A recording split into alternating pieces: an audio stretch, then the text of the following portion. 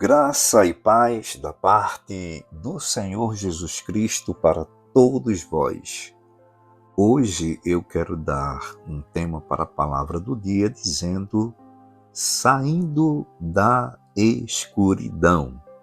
E quero subordinar esse tema no texto bíblico que se encontra no Evangelho de Jesus, escrito por Lucas, capítulo 1, capítulo 11. Vou ler versículo 33 até o 36. Dizem assim: E ninguém, acendendo uma candeia, a põe em oculto, nem debaixo do alqueire, mas no velador, para que os que entram vejam a luz. A candeia do corpo é o olho. Sendo, pois, o teu olho simples, também todo o teu corpo será luminoso. Mas se for mau, também o teu corpo será tenebroso. Vê, pois, que a luz que em ti há não sejam trevas. Se, pois, todo o teu corpo é luminoso, não tendo em trevas parte alguma, todo será luminoso, como quando a candeia te alumia com o seu resplendor.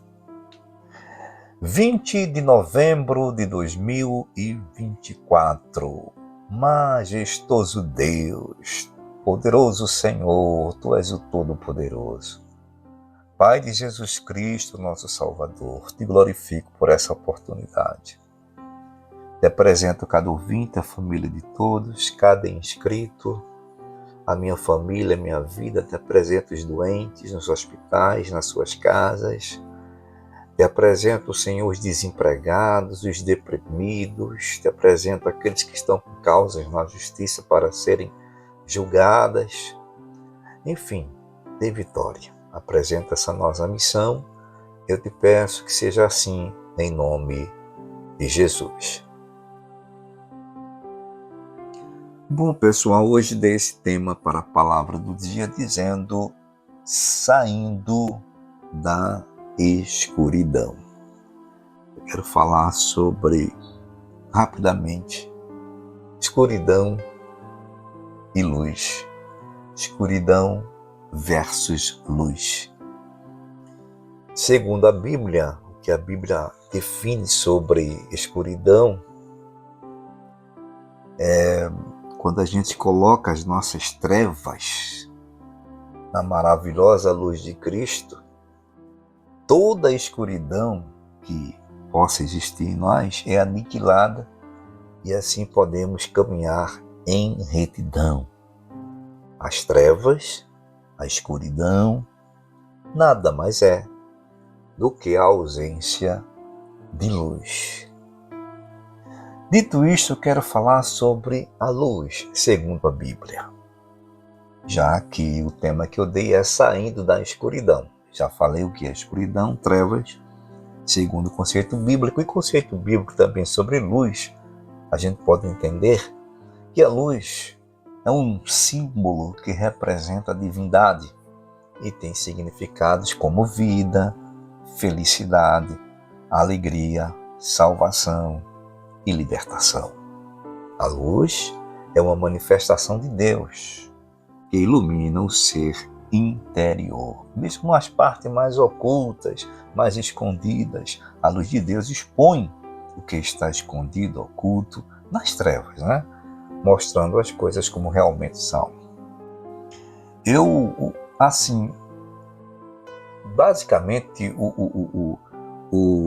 a razão dessa palavra do dia hoje foi um testemunho, inclusive quero cumprimentar a nossa irmã Marta, né? Eu não sei o sobrenome dela, mas é uma irmã muito abnegada e é uma ouvinte que está sempre, né, conosco aqui. Parece-me que a irmã Marta é nutricionista.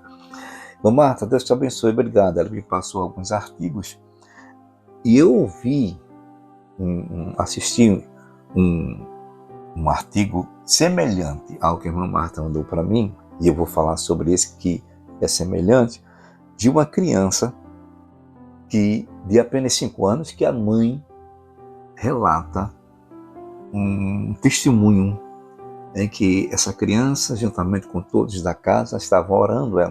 É um hábito, segundo a mãe da família, aquele culto doméstico. E ela falou que estavam todos de joelhos. De repente, essa criança de 5 anos, uma menina, começou a falar sobre Jesus, o Espírito Santo, o Pai.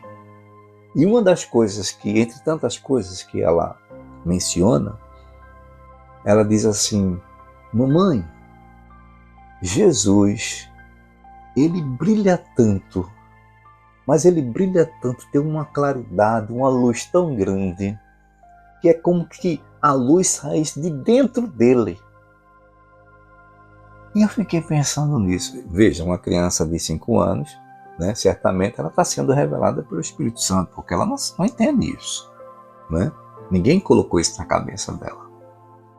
Então, entre outras revelações, a revelação que me fez trazer uma palavra hoje com esse tema foi essa parte que ela fala da luz que há em Jesus.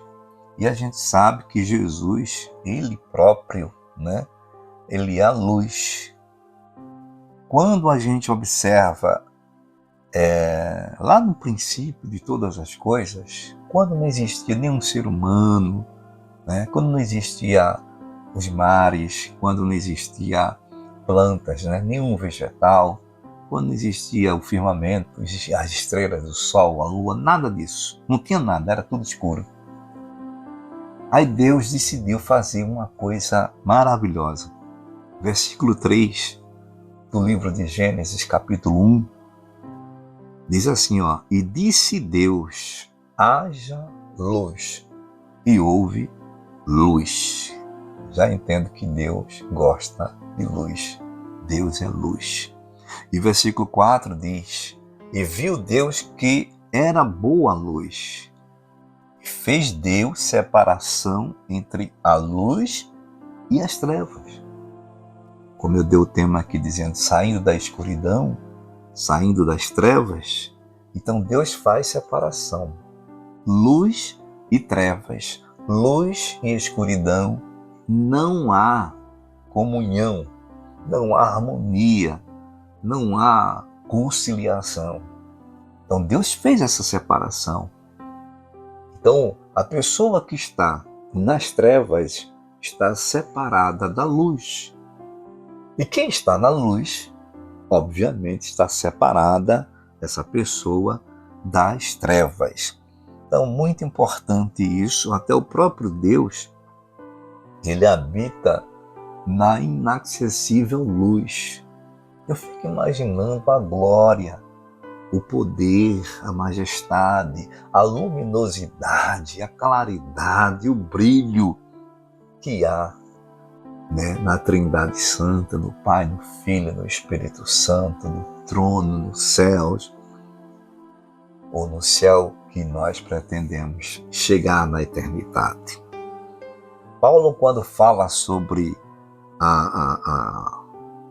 essa luz inacessível onde Deus habita, ele diz para Timóteo na sua primeira carta, capítulo 6, versículo 16, diz assim, ó: aquele que tem, ele está falando que Deus tem, Deus Pai, Deus Filho, né?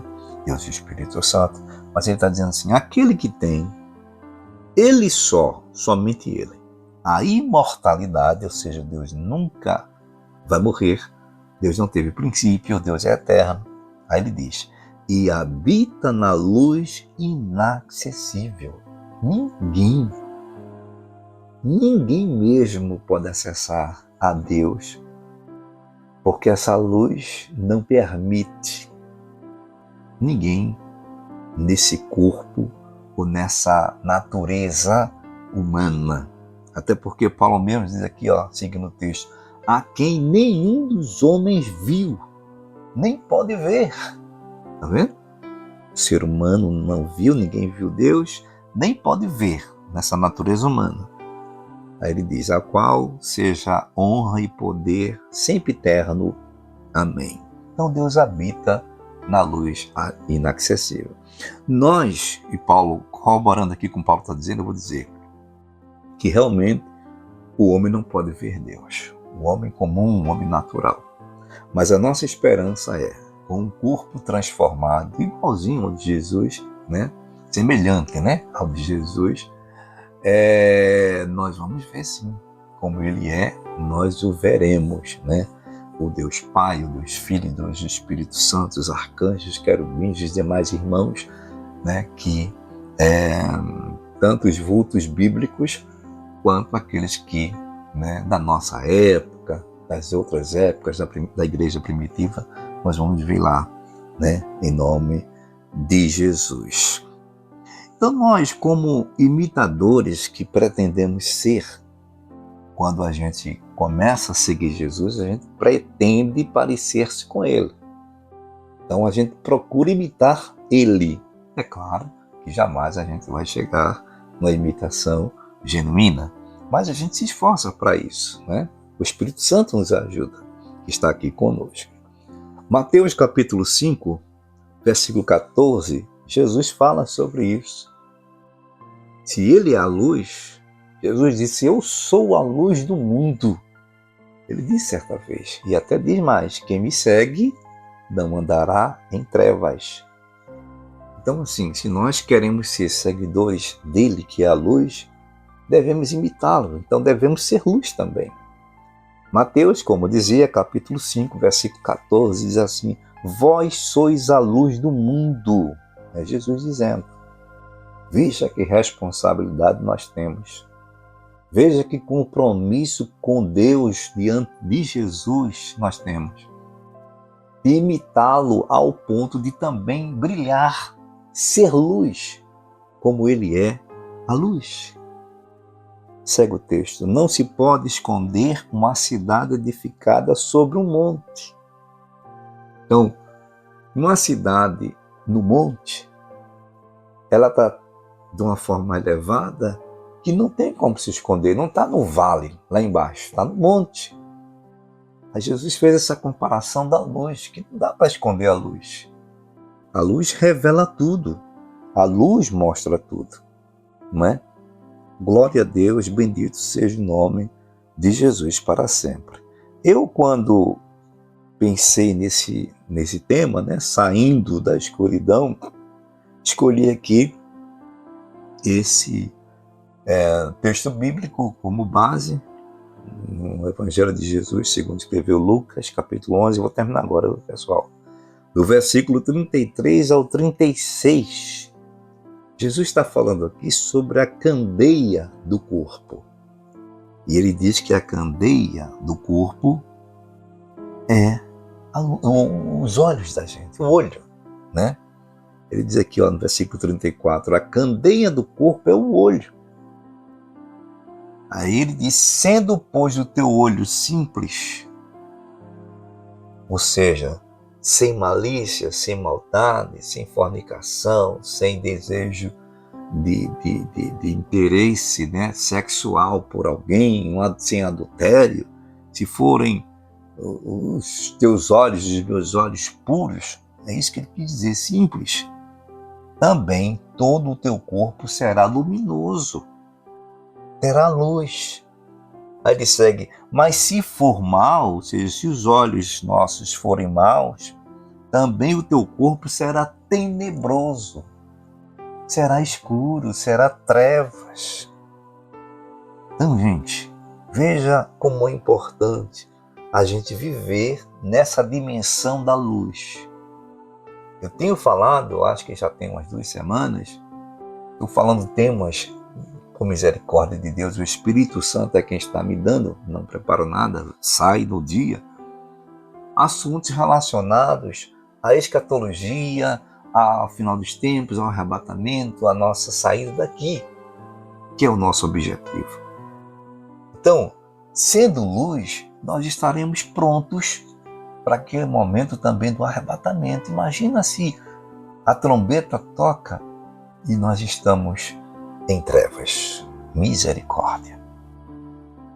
Versículo 35 de Lucas 11, Jesus diz assim, vê, pois, que a luz que em ti há não sejam trevas.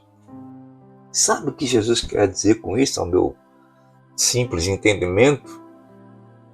É aquele cristão que, sabe, prega, ora, vai para a igreja de segunda a segunda, né? Ler a Bíblia, até faz jejuns, mas tem alguma coisa que esse cristão não percebeu, ou se percebeu, ignora, que é uma falta diante de Deus, mas ele se acha luz. No entanto, é trevas. Jesus diz: vê, pois, que a luz que em ti há não seja trevas, ou seja, você achar que é luz sendo trevas. É como uma pessoa que não perdoa, uma pessoa que tem raiva do outro, tem inveja, né? Isso tudo são sentimentos que deixam o corpo tenebroso. Isso é muito sério para nós. Eu vou concluir agora, quando Jesus diz assim no versículo 36, se pois todo o teu corpo é luminoso, não tendo em trevas parte alguma, todo será luminoso, o corpo inteiro, né? Quem me acompanha viu ontem que eu falei sobre o inquilino do nosso corpo, que é o Espírito Santo. E eu dizia que temos que ter luz para o Espírito Santo habitar em nós. Aí segue, como quando a candeia se alumia com o seu resplendor. Quando a luz acende, né, tudo é claridade. Então que Deus nos ajude, que Deus nos abençoe. Obrigado para quem escutou até agora. Ótimo dia a todos, servo de Deus, Gessé.